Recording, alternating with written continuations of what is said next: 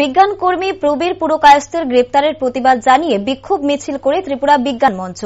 মানবাধিকার মঞ্চের নেতা বিশিষ্ট আইনজীবী পুরুষোত্তম রায় বর্মন বলেন, ৩ আগস্ট মধ্যরাত্রিতে দিল্লি পুলিশ নিউজ ক্লিক ওয়েবসাইটের অফিসে হানা দিয়ে ওয়েবসাইটের পরিচালক প্রবীর পুরকায়স্থ ও প্রশাসনিক কার্যকর্তা অমিত চক্রবর্তীকে গ্রেপ্তার করেছে এবং ভারতবর্ষে 5টি স্থানে বিভিন্ন সাংবাদিক, লেখক, বুদ্ধিজীবীদের বাড়িতে পুলিশ হানা দিয়েছে।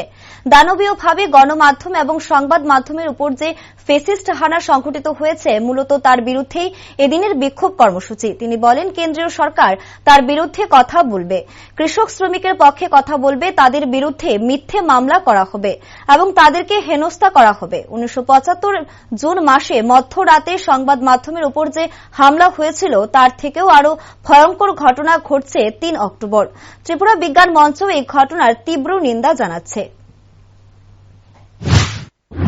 ত্রিপুরা বিজ্ঞান মঞ্চ ত্রিপুরা আজকে মিছিল করছে। আপনারা জানেন সারা দেশ জুড়ে প্রতিবাদ হচ্ছে।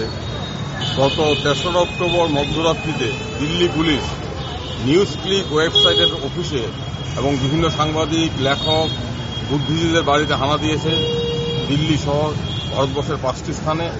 পরবর্তী সময় আমরা লক্ষ্য করলাম নিউজ ক্লিকের পরিচালক ডাইরেক্টর প্রবীর পুরকায়স্থ এবং প্রশাসনিক কর্মকর্তা অমিত চক্রবর্তীকে গ্রেপ্তার করা হয়েছে দানবীয় উপায় আইনে।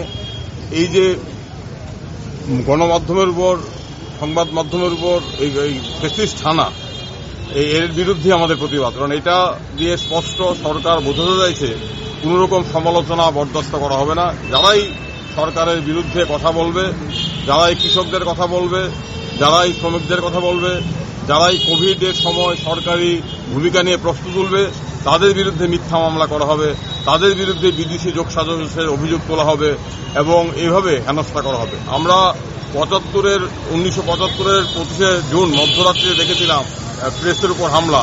ঠিক তার চেয়ে ভয়ঙ্কর ঘটনা গত 3রা অক্টোবর ঘটেছে। আমরা এই ঘটনা তীব্র নিন্দা করছি। আমরা অবিলম্বে নিউজ ক্লিকের বিরুদ্ধে ষড়যন্ত্রমূলক মিথ্যা এফআইআর প্রত্যাহারের দাবি করছি। প্রবীর পুরকায়স্থ, অমিত চক্রবর্তীর নিঃশর্ত মুক্তি দাবি করছি। এর জন্যই আমাদের আজকের এই মিছিল বিজ্ঞান মঞ্চ ত্রিপুরার পক্ষ থেকে।